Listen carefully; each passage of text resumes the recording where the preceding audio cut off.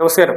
നിയമസഭാ തെരഞ്ഞെടുപ്പിൽ മത്സരിക്കാൻ ഒരുങ്ങുന്ന കെ ശബരിനാഥന് സ്വന്തം വാർഡിലെ രാഷ്ട്രീയ സാഹചര്യം കടുത്ത വെല്ലുവിളിയായി മാറും. ശബരിനാഥൻ നിയമസഭയിലേക്ക് മാറിയാൽ കവടിയാർ വാർഡ് ബി.ജെ.പി പിടിച്ചെടുക്കുമെന്ന ഭയമാണ് കോൺഗ്രസ് നേതൃത്വത്തെ കുഴപ്പിക്കുന്നത്.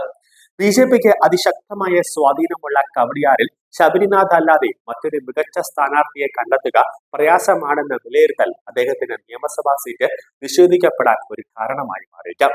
നിയമസഭയിലേക്കുള്ള ടിക്കറ്റ് ലഭിക്കണമെങ്കിൽ കവടിയാർ വാർഡ് സുരക്ഷിതമായി മറ്റൊരു കൈകളിൽ ഏൽപ്പിക്കാൻ കഴിയുമെന്ന നേതൃത്വത്തെ ബോധ്യപ്പെടുത്തേണ്ട വലിയ ഉത്തരവാദിത്തം ശബരിനാഥിനുണ്ട്. തിരുവനന്തപുരം കോർപ്പറേഷനിൽ 101 അംഗങ്ങളാണ് ഉള്ളത്. ബി.ജെ.പിക്ക് 50 അംഗങ്ങളുണ്ട്.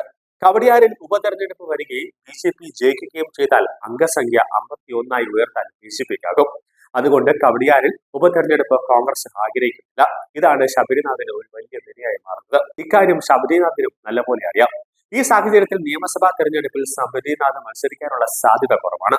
ബി.ജെ.പിയുടെ ഉറച്ച കോട്ടകളിൽ ഒന്നായ കവടിയാറിൽ കഴിഞ്ഞ തവണ വെറും ഒരു വോട്ടിനാണ് യു.ഡി.എഫ് വിജയിച്ചത്.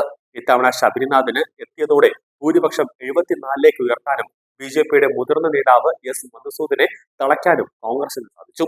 ശബരിനാഥൻ രാജിവെച്ച് നിയമസഭയിലേക്ക് മത്സരിക്കാൻ പോയാൽ ഉപതെരഞ്ഞെടുപ്പ് ആ വാർഡിൽ തിരിച്ചുപിടിക്കുമെന്ന് ബി.ജെ.പിക്ക് നല്ല ഉറപ്പുണ്ട്. അങ്ങനെ കവടിയാർ ബി.ജെ.പിയുടെ കയ്യിലേക്ക് എത്തും.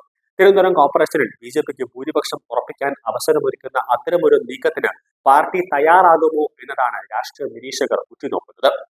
തിരുവനന്തപുരം സെൻട്രൽ മണ്ഡലത്തിൽ ശബരിനാഥിന്റെ പേര് സജീവമായി ഉയരുന്നുണ്ടെങ്കിലും കവടിയാറിലെ ഈ റിസ്ക് അദ്ദേഹത്തിന് തിരിച്ചടിയാണ്. വി.എസ്. ശിവകുമാറിനെ പോലുള്ള മുതിർന്ന നേതാക്കളും സി.പി. ജോണിനെ പോലുള്ള സഖ്യകക്ഷി നേതാക്കളും തിരുവനന്തപുരം സെൻട്രലിനായി രംഗത്തുണ്ട്. ശബരിനാഥൻ മാറിയാൽ കവടിയാർ വാർഡ് നിലനിർത്താൻ കഴിയുന്ന മറ്റൊരു ജനകീയ മുഖം നിലവിൽ കോൺഗ്രസിനില്ല. നഗരസഭയിലെ അംഗബലം കുറയുന്നത് കോൺഗ്രസിന് തലസ്ഥാനത്ത് വലിയൊരു ക്ഷീണമുണ്ടാക്കും. ആന്റണി രാജുവിന്റെ അയോഗ്യതയും തോമസ് ഐസക്കിന്റെ വരവും തിരുവനന്തപുരത്തെ പോരാട്ടം ഘടിപ്പിക്കുകയാണ്.